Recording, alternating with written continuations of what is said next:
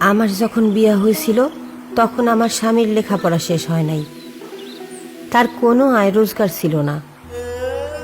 সংসার চালাইতে শ্বশুরের কাছ থেকে ধার নিয়ে একটা গাভী কিনছিলাম, কিন্তু গাভী পালনের খরচ অনেক, অথচ গ্রামের হাটে দুধ বেচা দাম পাই না।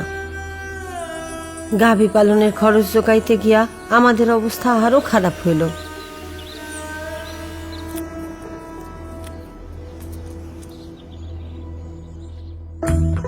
একদিন গ্রামে ব্র্যাক ডেইরি দুধ কেনার সেন্টার বসাইল। সেইখানে দুধ দিলে প্রতি সপ্তাহের শেষে টাকা পাওয়া যায়।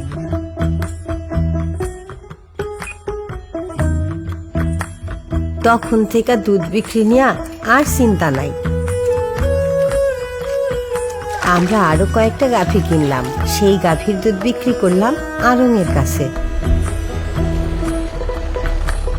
দিনে দিনে আমাদের অবস্থা পাল্টাইয়া গেল।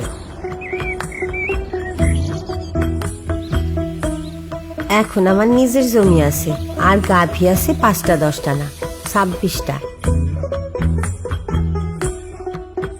এখন আমি মনের মতো আমার সংসার গড়ে তুলতে পারতেছি।